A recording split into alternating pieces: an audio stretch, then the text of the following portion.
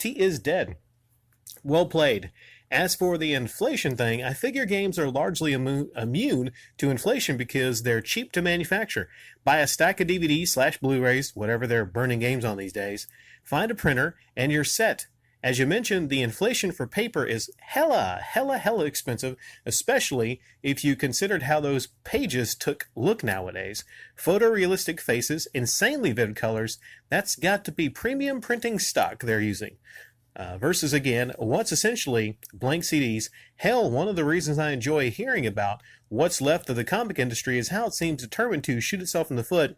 Overpriced chromium cover, special issues caused our previous downturn. Well, let's release a new X-Men #1 for $8. Really push those fence sitters away.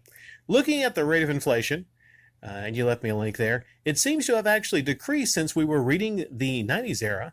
Paying $8 for an issue that's over twice the length of normal one, 20-odd pages, isn't that bad of a deal once you get past the sticker shock. Would I pay it? Hell no. And it sounds like most people won't and aren't buying it either. So the comic industry might be a case of medium that's doomed to die off due to production cost. Otera also left a great one, so it was a tough choice between you two. But Otera talked about a studio, I forget the name of the studio, maybe Altera. And see, what they're doing actually is they're releasing comics on newsprint. And, they're only like $1.50 a pop.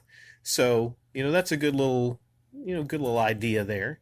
They're combating the cost of comics with actually just, putting newsprint. And I think in some cases, newsprint's kind of cool to look at. That kind of style, black and white. Sometimes, I just get in the mood. I'm like, I want to see some black and white comics and everything.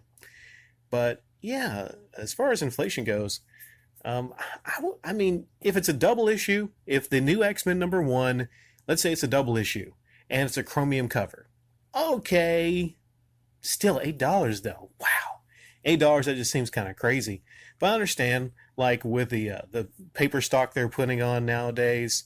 The magazine, a lot of them do look better nowadays. I can tell the quality has increased through the years. So I can see that. But as far as the comic industry being doomed, well, look at it like this. Marvel and Disney and DC, from their properties alone, especially Marvel. Marvel makes so much money from things like their movies, their animated TV shows, their clothing lines, their toys. You can't go anywhere without seeing Spider-Man or Batman, respectively, or Superman on something. So the comics, even if the sales falter a lot, the business is far beyond actually the selling and buying of comics. It's kind of weird how that happened. Didn't always used to be that way. You'd always have like the t-shirts and things of that nature. But, with the big movies nowadays, you got Joker coming out.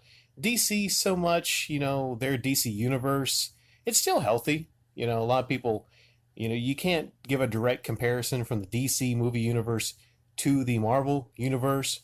But, Shazam was really good. I think the sales were really good for Shazam. I'd much rather watch Shazam over Captain Miss Marvel, Captain, the frick her name was, the blonde haired woman that a lot of people don't like. What's her name? Captain Marvel? Wait, aren't they both Captain Marvel? Oh, I'm confused. Shazam! Oh man, I just got caught there. My brain got stuck between two Captain Marvels.